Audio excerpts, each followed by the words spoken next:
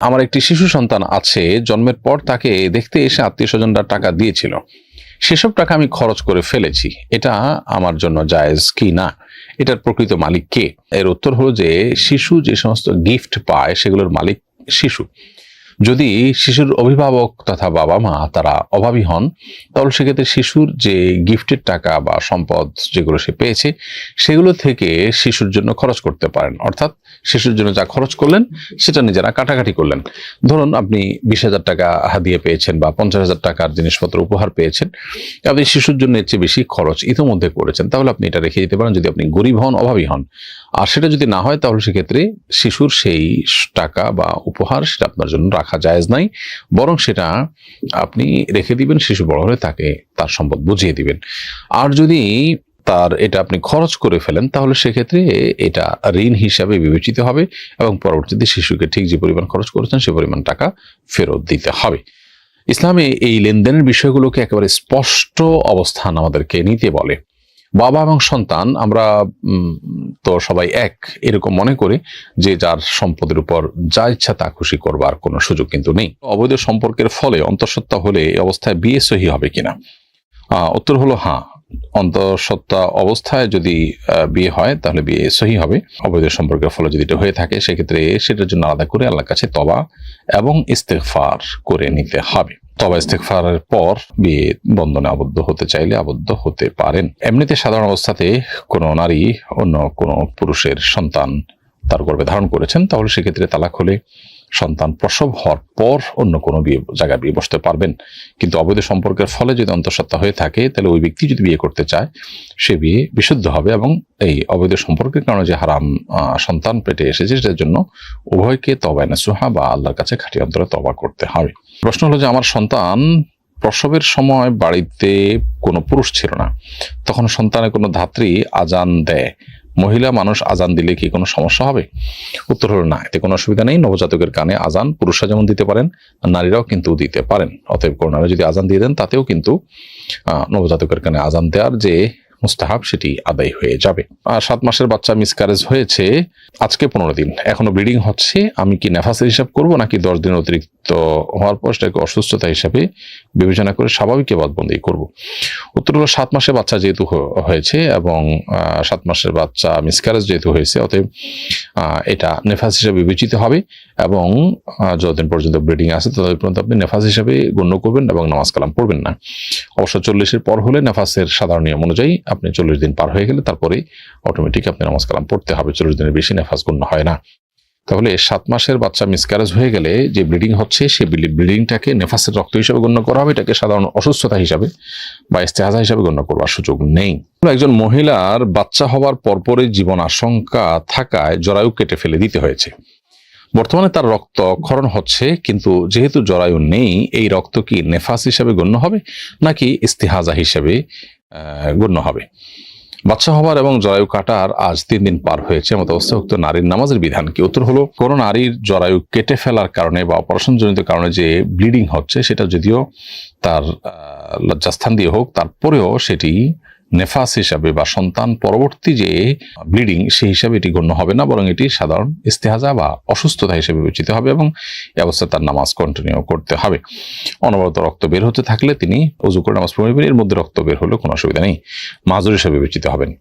খোলাসা কথা হলো, নির্যাস হলো যে জরায়ু কেটে ফেলার ফলে যে রক্ত আসছে এটাকে নেফাস বলার কারণে নেফাস হবে তো শুধু সন্তান প্রসব পরবর্তী ব্লিডিং হলে সেটি। ডিভোর্সের পর 1 বছরের ছোট বাচ্চাকে নিজের কাছে রাখতে মা কি জোরাজুরি করতে পারবে নাকি গুনাহগার হবেন? উত্তর হলো যে ডিভোর্সের পর ছেলে সন্তান হলে তাকে 7 বছর পর্যন্ত মায়ের কাছে রাখতে পারেন তিনি, এবং মেয়ে সন্তান হলে 9 বছর পর্যন্ত রাখতে পারেন। শরিয়া দৃষ্টিকোণ থেকে প্রচলিত আইনে বোধ হয় আরো বেশি আছে। তো এই সময়টা মা সন্তানকে নিজের কাছে রাখবার অধিকার রাখেন এবং এই ব্যাপারে তিনি যদি জবরদস্তি করেন করতে পারেন, এটা মায়ের অধিকার। কিন্তু যদি মা অন্য কোনো জায়গায় বিয়ে বসেন তাহলে সেক্ষেত্রে তার এই অধিকার থাকে না।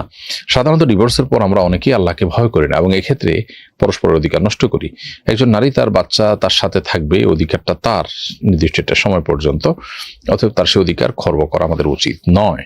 আবার নির্দিষ্ট সময়ের পর বাবার উপরে তার দায়িত্ব চলে আসা, অতএব মা তাকে বাবার কাছে হ্যান্ড ওভার করতেও গড়িমসি করা উচিত না। তবে যদি উভয়ে মিলে কোনো একটা সিদ্ধান্ত নেয় যে আমরা অমুকের কাছে এতদিন অমুক কাছে এতদিন আমরা রাখবো, এটা মীমাংসার অংশ, তাহলে সেক্ষেত্রে সেটা উভয় যদি মেনে তারা যদি উভয় সন্তুষ্ট চিত্তে সেটা করে নেন, তো সেটা শরিয়া দৃষ্টিকোণ থেকে নাজায়েজ বা নিষিদ্ধ কোনো বিষয় হবে না। আমাদের বাসায় অ্যাকোরিয়াম আছে, অ্যাকোরিয়ামের মধ্যে জীবন্ত মাছ আছে, এটা সামনে রেখে নামাজ পড়া যাবে কিনা? অ্যাকোরিয়াম যদি থাকে, অ্যাকোরিয়ামে যদি জীবন্ত মাছ থাকে, সে অ্যাকোরিয়াম থাকা অবস্থায় নামাজ পড়তে কোনো অসুবিধা নেই। যদি কোনো প্রাণীর ছবি ঝোলানো থাকে, কোনো ভাস্কর্য থাকে প্রাণীর, তাহলে সেক্ষেত্রে সেখানে নামাজ পড়া নিষেধ বা মাকরুহ। ফেরেশতা, রহমতের ফেরেশতা সেখানে প্রবেশ করেন না, কিন্তু অ্যাকোরিয়ামের মাছ জীবন্ত, ফলে এটি ওই ঝুলন্ত ছবি কিংবা প্রাণীর ভাস্কর্যের মতো নয়। তবে নামাজের সময় অ্যাকোরিয়াম যদি একেবারে সামনে থাকে এবং নামাজের মধ্যে চোখে পড়ে, মনোযোগ নষ্ট হয়, তাহলে সেক্ষেত্রে এমন কোনো জায়গায় নামাজ না পড়ে বরং একটু আশেপাশে যেখানে সামনে এরকম কিছু পড়বে না সেরকম জায়গায় নামাজ পড়া উচিত। আমার ছেলে কাজ করতে সৌদি আরব গিয়েছিল, বেশি বেতনের আশায় সেখান থেকে পালিয়ে কুয়েতে চলে গেছে। কুয়েতে পালিয়ে কাজকর্ম করছে এবং ভালো বেতনও পাচ্ছে। এই টাকা কি তার জন্য হালাল হবে? উত্তর হলো যে, যদি সৌদি আরব থেকে কুয়েতে পালিয়ে যান, এক্ষেত্রে যদি কারো কোনো ক্ষতি না করে গিয়ে থাকেন, অনেক সময় দেখা যায় যে মালিক বরং শ্রমিকের উপরে জুলুম করে বা যারা নিয়ে যায় তারা জুলুম করে, তো তাদের জুলুম থেকে বাঁচার জন্য তিনি যদি পালিয়ে যে কাজ করেন, তাহলে সেক্ষেত্রে এটা তার জন্য নাজায়েজ কোনো বিষয় হবে না।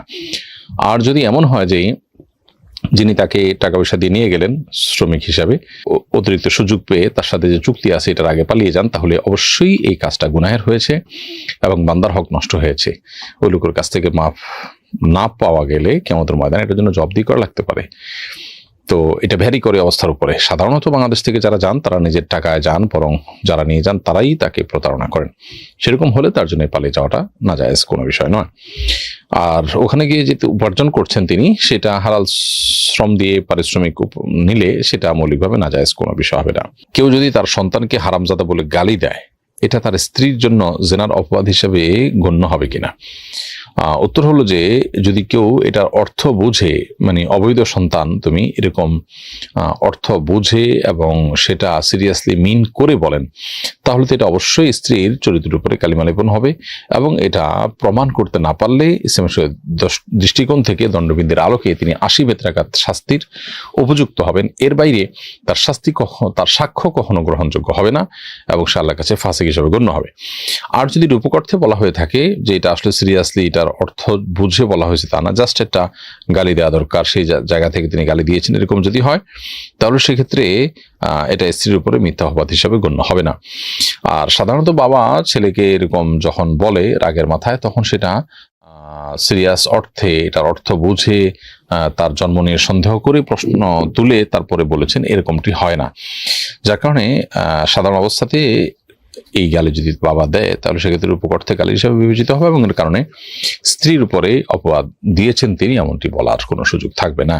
এমএসটি নীলুফা ইসলাম আপনি লিখেছেন, ছেলে সন্তানের জন্ম উপলক্ষে শ্বশুর বাড়িতে একটা ছাগল এবং নিজের বাড়িতে একটা ছাগল আকিকা দেওয়া যাবে কিনা, নাকি দুটো ছাগল একই জায়গায় জবাই করতে হবে? শ্বশুর বাড়ি এবং নিজের বাড়ির মধ্যে প্রায় 3 ঘন্টা দূরত্ব রয়েছে।